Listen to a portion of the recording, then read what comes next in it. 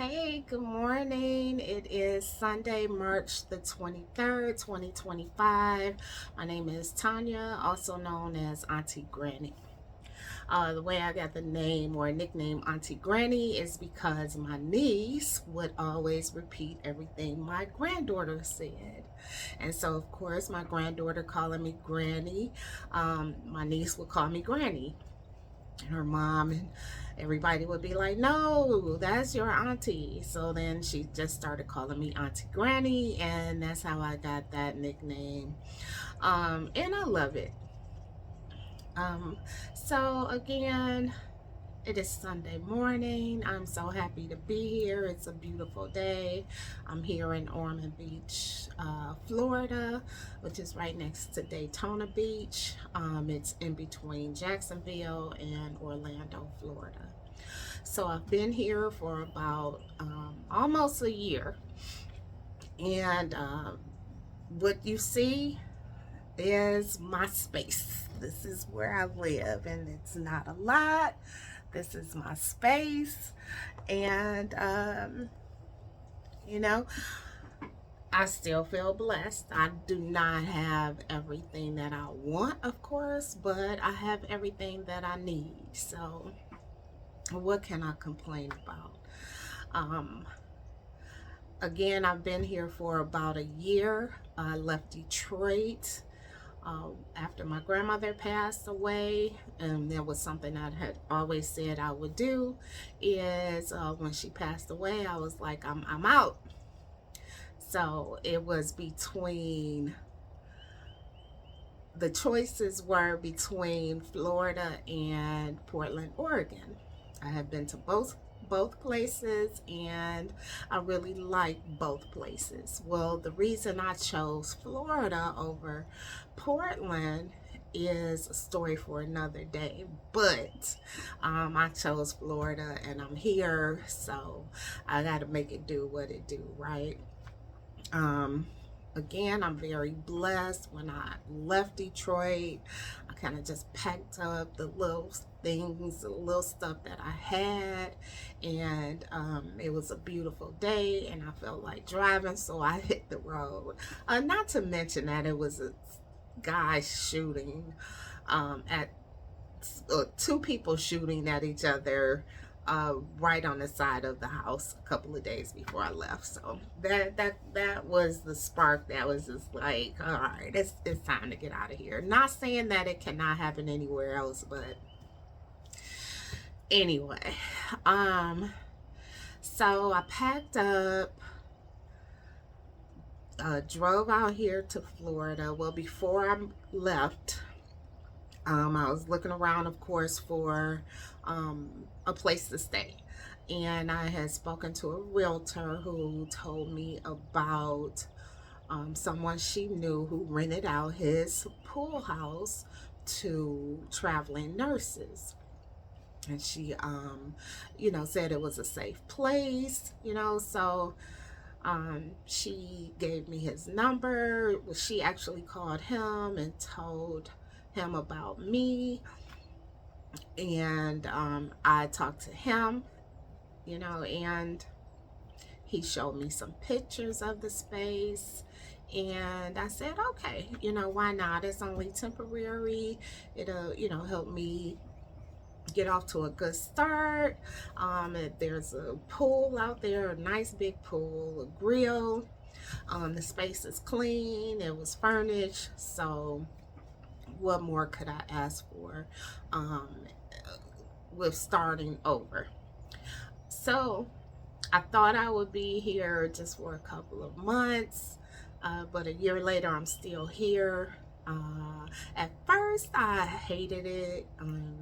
Of course, uh, it's just a small space, right? So I was like, oh no, I need more. And I wasn't really upset about not having a bigger space. I was upset about the situation that I found myself in once I got here, with the reason that I came. Anyway, again, that's a story for another day. We will get into that another day. And so I'm here. So when I get here, I'm doing Lyft, I'm doing DoorDash, I'm doing Uber Eats to keep money in my pocket and, pay my bills and keep things going. Well, Lyft doesn't pay as well out here in Florida. The rates are different than in Detroit. I was doing Lyft in Detroit as well. In Detroit, I would drive 3.5, 4 hours and easily made $100 a day. So out here, totally different, but I did what I had to do at that time to keep things going and until something better came along, right? So then the first job I had was working as a home health aide. I have experience in that, and I really do enjoy it. Again, didn't pay much out here in Florida compared to other places. I also had a job at the airport, the Orlando International Airport, which is an hour away from me. Didn't pay much, not full time. So I did that for a little bit. I also worked at Amazon for a couple of weeks, and my shoulder is still messed up. So will never ever do anything like that again. However, I did what I had to do to keep it pushing. And so now I am working with a mortgage company, the insurance side of a mortgage company, in call center setting. It's hybrid. I work from home 2 days a week, and no, 3 days a week, and at the office 2 days a week. I started out with this company through a temp company called Tech Systems, TEK Systems. And the pay was weekly. And of course, it was paid training for 6 weeks. And after the 6 weeks, wasn't hired. No, not 6 weeks. Was it 6 weeks? No, I think I was with Tech Systems maybe about 3 months before I was hired on permanently with this mortgage company. So now, again, I'm hired in permanently. So there's the benefits. It's $18 an hour. Again, it's hybrid, it's full time. So it's okay for now. It's really not my cup of tea. I'm so used to being out and about with my employment. For example, I used to drive a Greyhound bus. I drove charter buses, and I've done construction work in the past, to name a few of the things that I have done. But typically, my employment has had me out and about. I love nature and I love being out in nature. But it is what it is. So I'm doing this job. Um, at first, I hated it. I hated it. I hated it. I hated it. Um, Taking calls all day long and calls from very upset people. And they're upset because they had to file an insurance claim because they had some property damage, right? Or either lost their property. Of course, that can make anybody upset, especially if you have a hard time getting money from your insurance company, and then you get the check and now you have to send it in to somebody else to have the check processed. Yes, that can be frustrating, but my job is to help you get this check process by giving you the information that, or help them get the check process by giving them the information that they need, and then me collecting information from them to have the check process. So I don't process the check. So why are you cussing at me? Like, yeah, you've had some damage, you've lost something. I mean, who hasn't? Who hasn't lost something, right? So anyway, I had a real hard time in the beginning dealing with these people, especially during this time when people feel like they can say whatever to whoever and it's okay. And with my job, I'm supposed to just take that and let them say whatever and not feel offended by it. That's bullshit. That's bullshit. People might not agree with me on this right here, but what's new? I feel like 9 times out of 10, we can hear someone's voice and pretty much tell what their nationality is or what race they are, right? 9 times out of 10. 8 times out of 10. That's more than half the time. And we know how people are these days about DEI and incompetence and not qualified and all of this shit. So, I'm hearing rhetoric in the phone call from people who need my help to get their claim check processed. And I'm hearing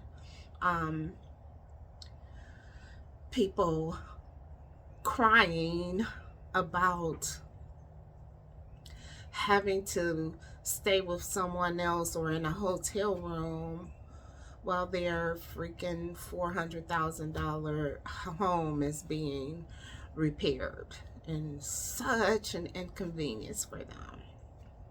Yeah, I'm sure it is. And then for me in my head, a lot of times I was like, I'm not trying to hear this shit. This is how I live on a daily basis. Pull your big girl panties up. Stop. But I had to really change my perspective in order for one to keep my job, because good work is not easy to come by these days. So one of the things that helped me change my perspective is, let me find this book I want to show you. Bear with me one moment.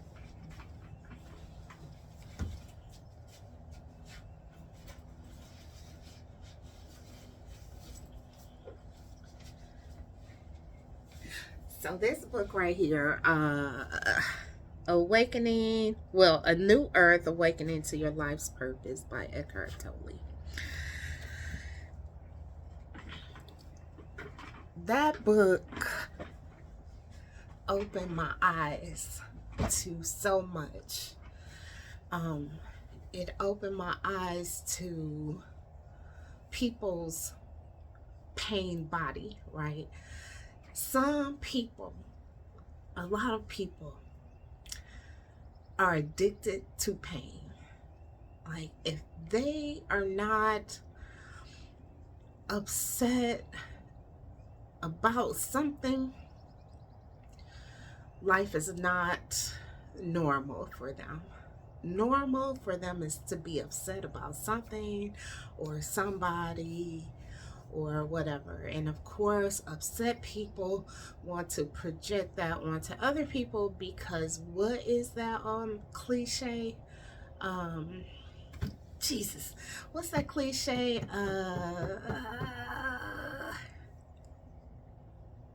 It'll come to me. I have these senior moments a lot. Anyway, so I've learned how to understand when I'm speaking with someone who is so angry and cussing at me and telling me, you people are holding my money hostage. You don't understand what I'm going through. This is the worst thing in the world that could have happened to me. I understand now that that is their pain body and their ego projecting. That's another thing that I learned in this book, is how to kind of detach from my ego, because my ego would have me matching their energy when I didn't want to. I want to be happy. I don't want to be upset about things. I mean, we got enough to be naturally upset about. So to be upset about your situation or the way that you're talking to me is just something I don't need. So I'm definitely doing better with that. I'm feeling better with that. My quality call scores are getting better. Just even now, my conversation with these people who are or who have filed a claim, even my conversation is getting better with them, because I have learned how to let my ego not dictate my feelings and my correspondence to them, and my perspective of what is happening and what is being said. So, so the job is much better for me. A lot of things are much better for me. Again, it's that ego that keeps us in a space to where we feel like something is being done to us, not for us. Everything is about us, and it's not. So, um, so that is what I'm doing. This is my space. Again, I'm happy. One of the blessings about being in this space that I'm in is that my landlord, his house is right there. Yeah, he's MAGA. He's MAGA, but he's not one of those hateful MAGAs. He might be racist. Oh well, who's not? But he's not a hateful racist. Is definitely a difference. It's definitely a difference. I think we all stereotype people. It's natural. It's not a bad thing. Even if the stereotype is bad, that's your perspective. Everybody has a right to their perspective. As long as you're not trying to hurt anybody, I think that is what is most important. So it has been definitely a pleasure speaking with you all. Sorry about all of that noise. I want to keep this to 20 minutes and I have just a few more seconds. And another reason that I made this video today is because I had posted a video yesterday about how to deal with living in a small space post weather disasters, and what brought that about was a really heartfelt conversation I had with someone who had filed an insurance claim, and she was telling me about how she was living in a small space, and what it was doing to her, just how she felt about it. And so I shared with her how I'm staying in a small space as well. And, that for her to, keep her head up, to remember that it was temporary and that this too shall pass. And we just had a really great conversation. She said that for me to remember that she would be praying for me, and I believe she will, and I will be praying for her as well. Matter of fact, I will be praying for everybody. So everybody, let's keep each other in prayer. Um, let's try to keep a positive mindset in today's world. I know it's a lot going on, but in the words of one of my favorites, who I think is one of the greatest, we gonna be all right. Peace and love until the next time.